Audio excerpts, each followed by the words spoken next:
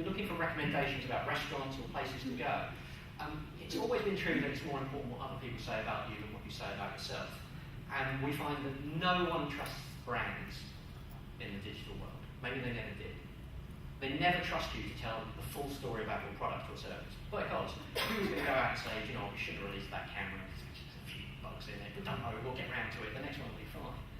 They trust other people. So anyone who's ever bought anything off Amazon, anyone who's ever bought anything off eBay, trusts strangers more than they trust the brand behind them.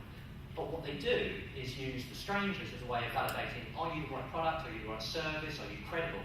And then they come to your website to go, all right, and is the processor this fast? Is the service this good? Does it do what the specifics are? So your website becomes validation for what strangers are saying about you, which is a bit of a sobering sort of thought, really, that actually the control is in the hands of people that you don't actually employ, and therefore you can't sack them. You don't have to start big. You can actually just start with your existing website and add some of the sharing tools that allow other people to distribute your content for you. So a little bit of web development work will be required on most websites. But I think when you actually look at that range of possible sites, this is a big universe and it's getting bigger and bigger and bigger. Many, many years ago, when I first started out in online advertising, the holy grail was to get your website on people's bookmark list. I can't remember the last time anyone said that that was an objective for any of their campaigns. Because the reality is people start wide and they filter and filter and filter and filter and filter until they come to 2 or 3 websites that really count for them. I think it's probably the same with Twitter at the moment, in that we all rapidly follow a range of different people, and then slowly we drown in the information. We filter out and we filter out. And you'll do the same. You'll find by listening in where your brand or your industry is talked about, who the people are who talk about your brand, your industry, your company, and slowly you filter down. So it may feel terrifying to begin with, this universe is huge, but the reality is it will shrink down fairly quickly. And what we're talking about, I think, when we start thinking about the longer term benefits is, how do you build a brand? You know, Sage has had 25 years or so to build the name that we have. What about if you're just in business for 25 days or for 25 months? How do you start doing this? Well, you know, we've got where we are over 25 years. It takes time. But actually, social media has helped accelerate the building of a reputation. You can also kill your reputation quite quickly as well, so there are some risks behind it. But it's the start of building a trusted business, and trust is absolutely critical. Particularly, I don't know if anyone attended Charlotte's talk about e-commerce. If you're going to start transacting online, trust becomes a massive issue. And trust in terms of, not just are you a reputable person to do business with, but can I trust you if things go wrong? And people switch from a positive to a negative state of mind very, very quickly and online. So they're looking for that kind of reassurance. So Paul Mead is managing director of a massive search engine marketing company. And he made an interesting point to me the other day. It says, actually, SMEs have always been about individuals. And social media is about individuals. By you building your own reputation, you start building the reputation of the business behind you. And it can feel that, actually, where is the role for the individual within social media? That's what makes it easier for the smaller business to exploit social media. For a bigger brand, there's a whole load more, it's a much, much more complicated world, because we're not an individual, we're a collection of people. But for us at Sage, just to give an example, it's a way of humanising a very, very large organisation by introducing you to people like Guy, to a range of different people who work across the business. So we're not this great, massive FTSE 100 company that no one ever talks, that never talks to you. Actually, we start introducing the people who actually are the energy behind the business. And what we found, and I know that this is true for an awful lot of companies, is actually you can use social media as a customer support channel. You can use it from a positive perspective, which is answering people's questions online, is just generally steering people towards the right solution for their problem, even if it has nothing to do with you. Or you can look for problems and issues that are starting to emerge, and you know, let's just say that Steve Jobs probably guessed that the iPhone 4 wasn't quite the product they wanted it to be a little bit before everyone actually sort of announced it publicly, because the volume of tweets and postings about it was growing and growing and growing. So in terms of spotting trends, you can use it really, really well. We've experienced, and I know a lot of brands have, that once you engage in social media, once you start answering people's queries, you set an expectation that you will act on them. So there's a fine line between saying, yes, hey, we're out here to help, and setting the expectation that you'll solve every problem. Most people who work with me at Sage know that is there anyone from EasyJet here? No, good. EasyJet, I fly on them every week. And I constantly go, oh, you sons of a 2-hour delay, 3-hour delay. And they started engaging with me, going, oh, I'm really sorry about that. And actually nothing has changed. So now, I'm kind of worthless really. Any conversation between me and them, I think they've just blocked me now because the swearing has upset them.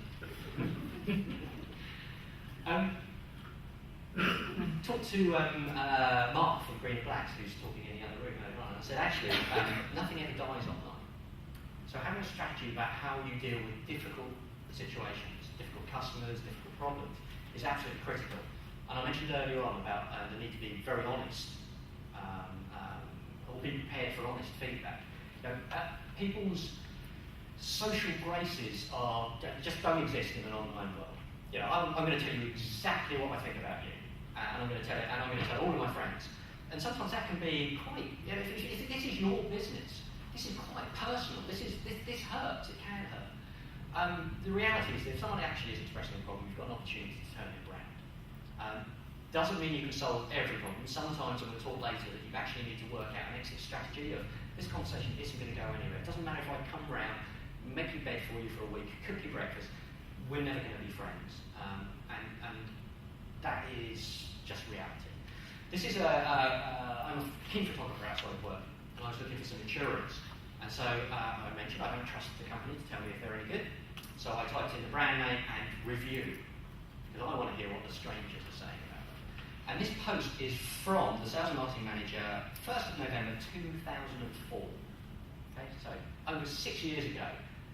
This is out there, disagreeing with a customer who's claiming that there was a problem with a service. And I understand exactly where the motivation came from to kind of try and correct some wrongs. No, don't. You can't win these battles online. And this is still there in 2004. And if you type the brand name and review, it's the first thing that comes up. Most people have heard the Dell stories. I try to find something else different. So you just remember that never post in anger. And also never post after a big boozy lunch because you're just going to get yourself into a world of trouble. We're always keen to point out that social media is one of the more advanced sort of digital techniques. And we're assuming, starting from the bottom, you've already got that business plan. You kind of know what your objectives are. And you know what your marketing activity is likely to be. That you've got content that you are ready to publish your website or your blog, and you know how you're going to write and what you're going to write about. You have a website and a blog, so if you don't, social media isn't really going to do anything for you. You have website analytics. Google Analytics is a free tool. Does anyone use Google Analytics? Fantastic. Again, full disclosure, Google annoy me more than they please me. But what a fantastic tool, and they are really developing it into be a full enterprise level sort of solution. Stick it on your website, because if you don't, you're going to have no idea about whether the social media stuff is working. And then pay-per-click advertising. If you want to go out of this place and sell something within the next couple of days, pay-per-click advertising will sell it for you. We spend a reasonable investment in it, and we calculate our return on investment on that, and as a result, we're kind of doubling our budget on it. It's not very often you get in that sort of situation. So all we're saying is that get this basic stuff right, and then you can start worrying about social media. But if there are some gaps in there, social media is really going to show them up.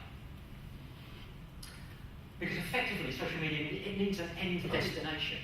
Tweeting, Facebook posts, and you can have a Facebook business page, that's lovely. You can have an Academy profile, a LinkedIn profile, that's all great.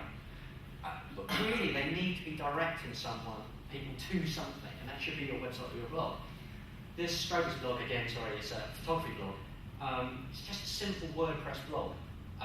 This guy now makes his entire living off seminars and training courses and DVDs and things of this nature, and affiliate sales. Principally using social media to drive traffic to his audience. He has thousands of silent salespeople like me going, this guy's a genius, you need to go over there. To employ that kind of sales team is just not physically possible. Twitter is not the end game.